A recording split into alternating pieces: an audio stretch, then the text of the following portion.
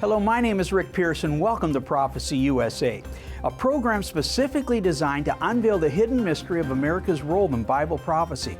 You know, since 2019, Prophecy USA have unlocked multiple verses in God's written word describing the fiery judgment that is coming to Babylon the Great. However, we also discuss God's open window of deliverance, where His bride miraculously escapes that judgment. But do the prophets of old reveal to us in writing how the hour of judgment will come upon Babylon the Great? Since America meets all 53 biblical descriptions, do the prophets of old literally reveal to us how and who will fulfill the 54th description? Stay tuned, because you don't want to miss this.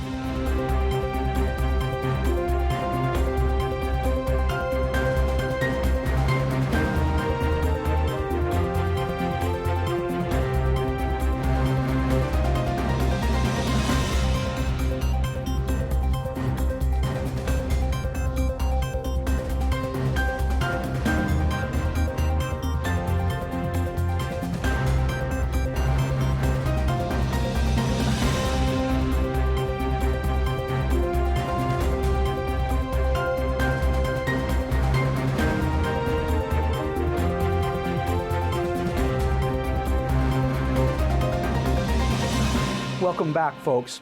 You know, Isaiah 66:8 indirectly asks the question, can a nation be birthed in a day? And that question was answered on May 14th, 1948, when U.S. President Harry S. Truman called the Prime Minister of Israel, David Ben-Gurion, recognizing Israel's independence to become a nation.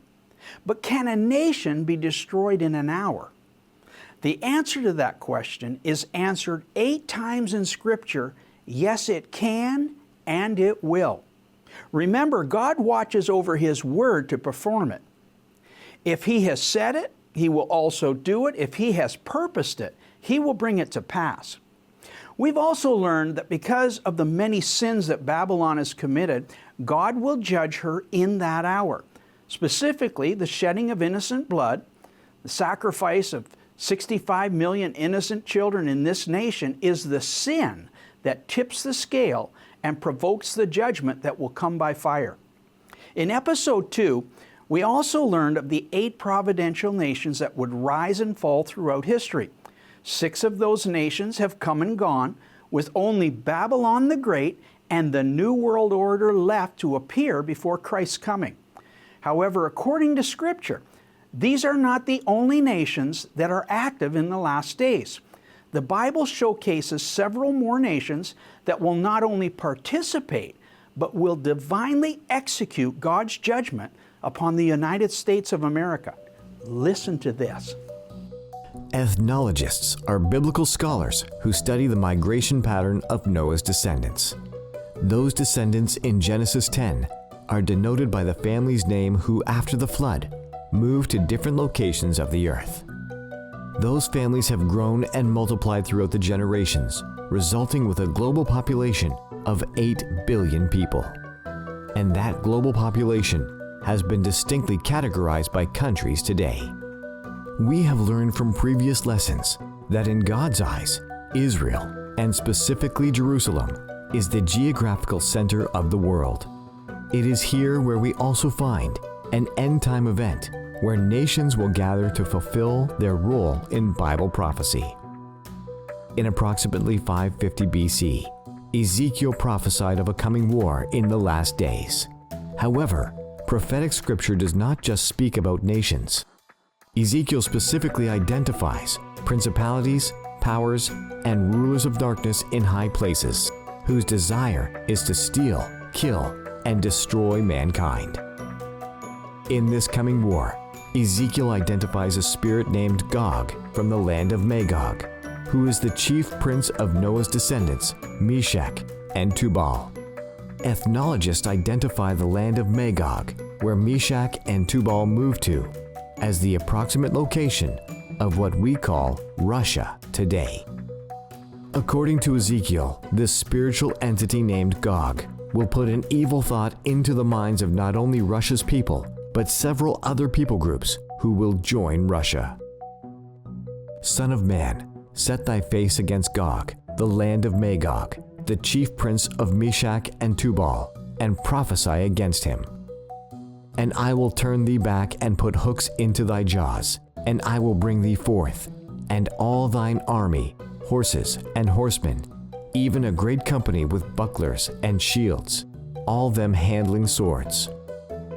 Persia, Ethiopia, and Libya with them, all them with shield and helmet.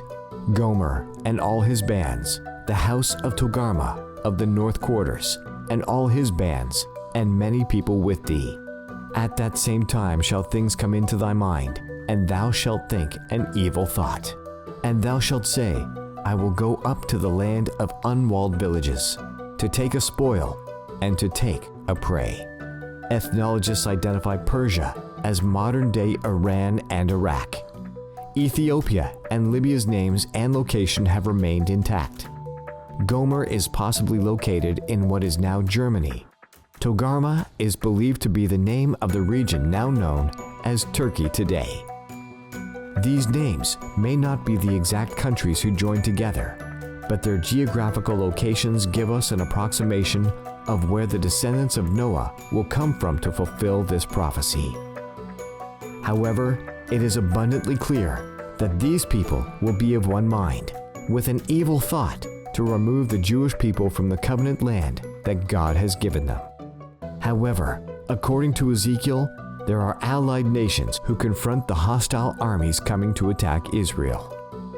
Sheba and Dedan, and the merchants of Tarshish, with all the young lions thereof, shall say unto thee, Art thou come to take a spoil?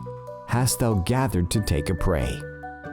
Ethnologists identify Sheba and Dedan as the present-day location of the Saudi Arabian Peninsula and possibly includes Egypt. Tarshish is considered to be the regions of Britain, France, and Spain. It is interpreted that all the young lions thereof refer to Britain's offspring, most likely being the United States of America and Canada. In this future war to come, we can identify the regions of Russia, Iran, and Iraq, Ethiopia, Libya, Germany, and Turkey that will be coming against Israel from the north. Saudi Arabia, Egypt, Britain, Spain, Canada, and the United States will stand together confronting Israel's enemies. This war has not been fulfilled. The only timeline Ezekiel gives us is in the latter days thou shalt come into the land, against the mountains of Israel. However, God's sure word of prophecy is so detailed, it literally gives the result of this war that will take place in the latter days. Welcome back, folks. You know, it's undeniable that Israel and the Mideast nations surrounding her is one of the most volatile geopolitical regions on earth today, with the continual bombardment of rockets and terrorist attacks coming from her enemies. Now, Ezekiel records that God will instantly punish the nations coming against Israel. He'll burn 5/6 of the aggressive nations from their position on the northern mountains of Israel, which today is known as the Golan Heights. Now, these are the same Golan Heights that the United States has already recognized as belonging to Israel. However, the Golan Heights is not the only area that receives a judgment of fire. God also rains fire on a group of people who dwell carelessly in the isles or the coastlands. Is it possible we will see this war? Nobody can tell you when this war will take place, but our team at Prophecy USA can assure you this: the Gog-Magog war is inevitable, and we, the young lions of Tarshish, will definitely be involved. However, the most dramatic and alarming detail concerning God's fiery judgment over there is the phrase that they who dwell carelessly in the isles or in the coastlands will receive that same judgment. But who exactly are they? You know, the word carelessly in this passage is the Hebrew word beta, meaning confident and unsuspecting. The Bible uses the word carelessly in describing the description of the Lady of Kingdoms, Babylon the Great, who is deposed immediately before the New World Order comes into power. Now, in the Isles or coastlands is a perfect description of the young lion of Tarshish, who obviously lives far away in the coastlands. However, America, who trades with the merchants of the earth, with 40% of the world's seaports, obviously dwells on the coastlands. Her coastal location, the pride of her wealth, the security of her military, and the fiery judgment linked with the Gog-Magog war is a haunting description of Babylon's demise before the New World Order deposes her. For thou, Babylon, shall no more be called the Lady of Kingdoms. Therefore hear now this, thou that art given to pleasures, that dwellest carelessly, that sayest in thine heart, I am, and none else beside me. I shall not sit as a widow, neither shall I know the loss of children. But these two things shall come to thee in a moment, in one day, the loss of children and widowhood. They shall come upon thee in the perfection, for the multitude of thy sorceries, and for the great abundance of thine enchantments. For thou hast trusted in thy wickedness, and you have said, none seeth me. But thy wisdom and thy knowledge it's perverted thee. And thou hast said in thine heart, I am, and none else beside me. Therefore shall evil come upon thee, and thou shalt not know from whence it cometh or riseth. And desolation shall come upon thee suddenly, which thou shalt not know. You know, we have matched the description of those dwelling carelessly in the isles with the woman Babylon the Great. In previous programs, we uprooted over 53 verses in Scripture that describes this mystery nation, and the United States of America, recognized globally as a woman through the Statue of Liberty, matches every description. The forming of the Gog-Magog war is going to be viewed on North America TV, just like all wars are transmitted on social media and TV networks. However, we may not need a TV to see the results of this war.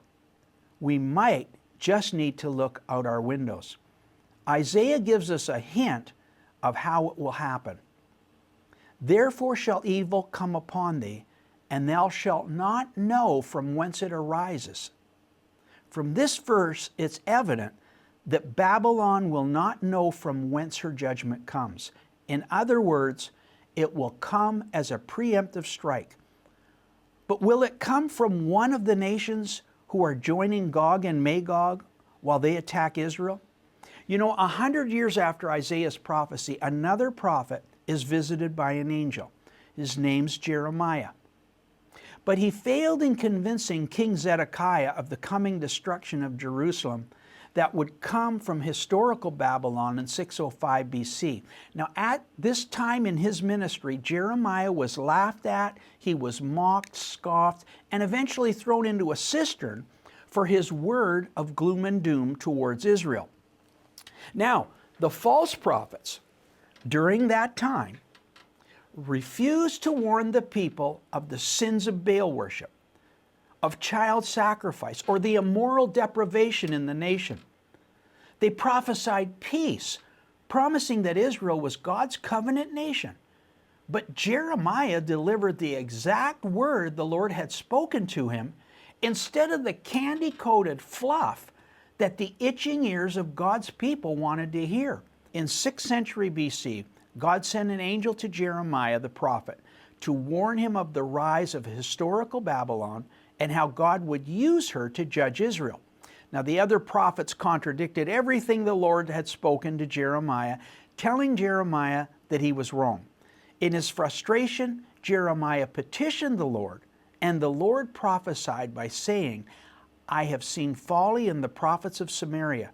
They've prophesied in Baal and caused my people to err. They walk in lies, Jeremiah. They strengthen the hand of evildoers. They are like unto me as Sodom and the inhabitants of Gomorrah. So don't hearken unto the words of the prophets that prophesy unto you, because they make you vain. They spake a vision of their own heart, and not out of the mouth of the Lord. They say still unto them that despise me, you shall have peace. And they say unto every one who walketh after the imagination of his own heart, no evil shall come upon you, but in the latter days you shall understand and consider it perfectly. I've not sent these prophets, yet they ran. I've not spoken to them, yet they prophesied.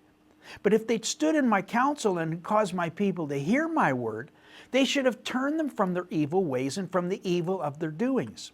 I will forsake you and the city that I gave you and your fathers, and cast you out of my presence. Israel fell to Babylon in 605 BC, just as Jeremiah had prophesied. But even before the 70 years of the Babylonian captivity began, the word of the Lord came to Jeremiah, and he prophesied or foretold the judgment that would eventually come to Babylon. Remember, surely the Lord will do nothing, but he reveal his secrets unto his servants, the prophets. Jeremiah 51 says, blow the trumpet among the nations, prepare the nations against Babylon. Call together against her the kingdoms of Ararat, Minni, and Ashkenaz. Now in this verse, Jeremiah is talking about the latter days and latter day Babylon that would rise up. Prepare against her the nations with the kings of the Medes, and the land shall tremble in sorrow, for every purpose of the Lord shall be performed to make the land of Babylon, latter-day commercial Babylon, a desolation without inhabitant. You know, ethnologists tell us that Ararat is the land of modern-day Turkey, near the Russian and Iranian borders. Many are people who lived in the present-day location of northwestern Iran. And the Medes were an ancient Iranian people who lived in Persia, which today we call Iran. But could this prophecy be a typology or a dual prophecy, meaning it not only refers to then and there, but it has significant meaning for us in the here and now?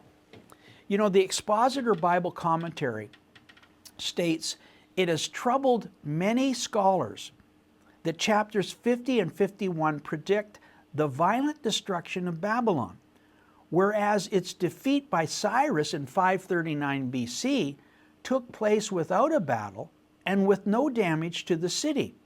Isaiah 13:19 adds additional information of Babylon the Great's destruction when he says, and Babylon, the glory of kingdoms, the beauty of the Chaldeans, shall be as when God overthrew Sodom and Gomorrah.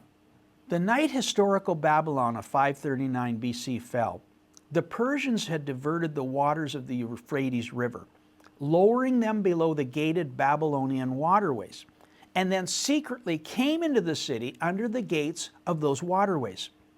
At the same time, in fact, the very same night that Daniel interpreted God's handwriting on the wall to the king and his party of drunken Babylonian diplomats, the Persians came into the king's palace, slayed the king and every leader of the Babylonian government. They did not destroy Babylon, of ancient Babylon. They literally captured her without any battle, and then occupied her right to the time of Alexander the Great's conquest of Persia 270 years later.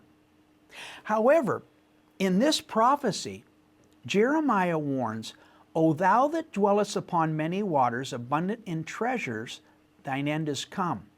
Behold, I'm against thee. I will stretch out my hand upon thee, and will make thee a burnt mountain. The land will tremble and sorrow, and every purpose shall be performed against Babylon to make her a desolation without an inhabitant. Her cities are a desolation, and I will punish Baal in Babylon. Then the heathen of the earth shall sing for Babylon, and her high gates shall be burned with fire.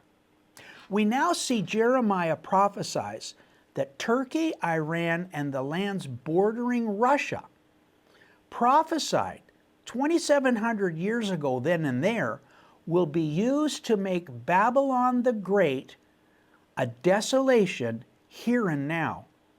And it should be noted that verse 43 says her cities are a desolation, not just one city in Babylon the Great. And those cities are located within 12,000 miles of America's coastlines, which have all fallen to Baal worship. These nations are part of the coalition of aggressor nations that are involved in Ezekiel's Gog-Magog war against Israel. 5/6 of those armies will be burnt with fire on the Golan Heights, as well as those who dwell carelessly in the Isles.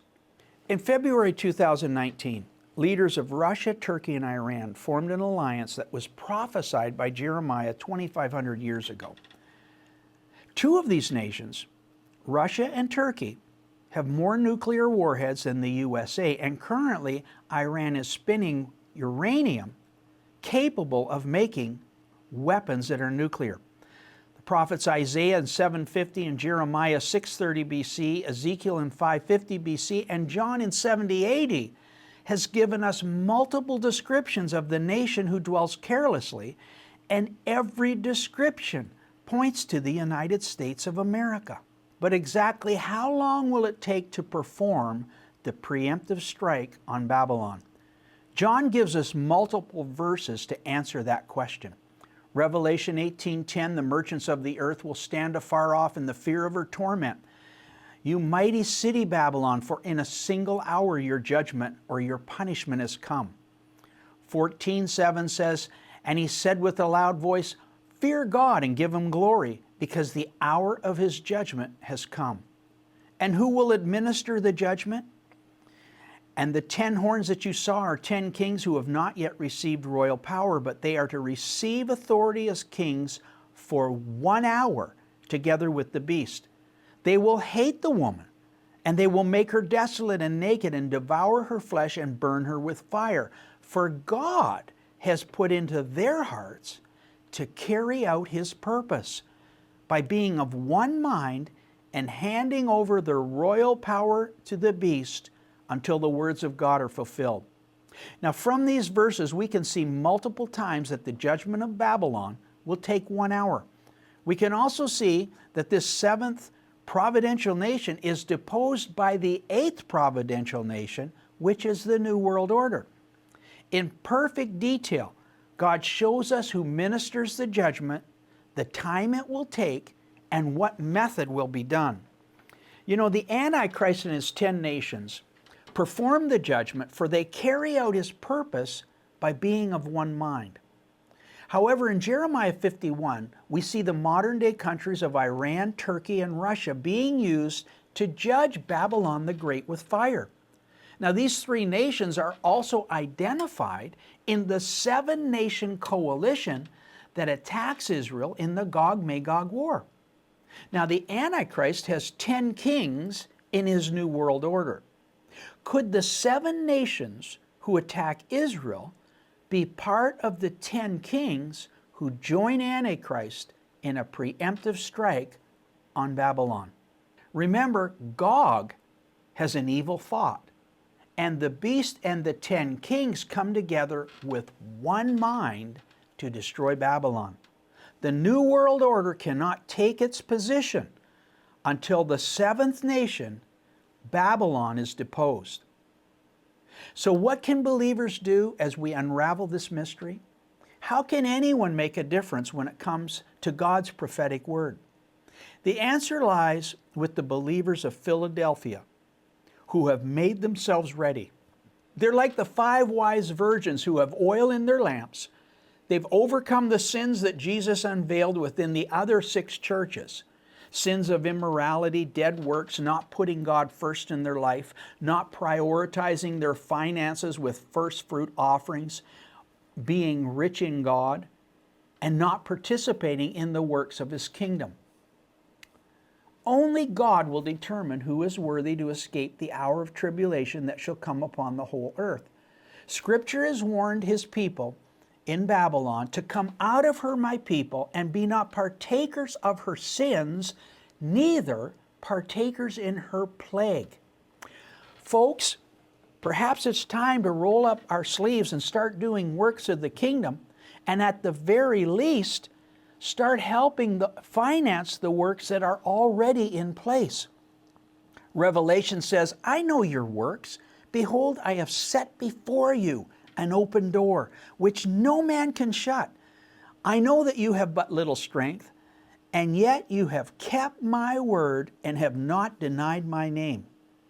And because you have kept my word, I will keep you from the hour of tribulation that is coming upon the whole world to try those who dwell on the earth. You know, the open door promises is the only time sequence in Scripture that hints of the pre-tribulation rapture, which will initiate the marriage supper of the Lamb. In Revelation 19, it says, there's a shout of much people in heaven, for God has judged the great prostitute, or Babylon the Great. And it says in verse 7, the marriage of the Lamb has come. Blessed are they which are called unto the marriage supper of the Lamb. At this point in time, we can see that the bride of Christ is no longer on the earth nor in Babylon. She's at the marriage supper of the Lamb immediately after Babylon is judged. The worldwide progressive movement, who does not want God, the Ten Commandments, prayer in school, Bibles in school, or Judeo-Christian moral protocol within our culture, will finally get their way.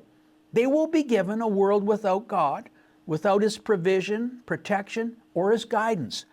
It will be a godless society governed by a satanic leader, and it will be the biggest mess that the world has ever seen. The only thing that we are guaranteed of is it will come suddenly, unexpectedly, and in 1 hour, everything will change. But before that hour comes, God's covenant with America will showcase the birth pangs of a nation under judgment. But His covenant believers inside Babylon will continue to receive the divine guidance, provision, and protection within their personal covenant. And America will fulfill the last of 53 descriptions before she is judged. She will maintain her covenant with God and be hated by the Antichrist and his 10 kings until her appointed time of judgment comes. She will have believers within her doing the works of God's kingdom, and those believers will verbally be persecuted by the accuser of the brethren as they raise up a shout against the Babylonian spirits attempting to defile God's covenant in America. She will be Israel's #1 advocate and will stand with the other young lions of Tarshish when Gog is released to fulfill his evil role in Bible prophecy. But folks, we're out of time.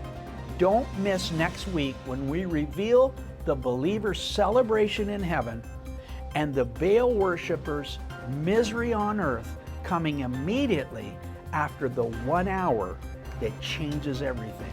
This is Prophecy USA. My name is Rick Pearson. I'm reminding you that Jesus is alive and He's coming back much sooner than many people think. See you next week. Shalom.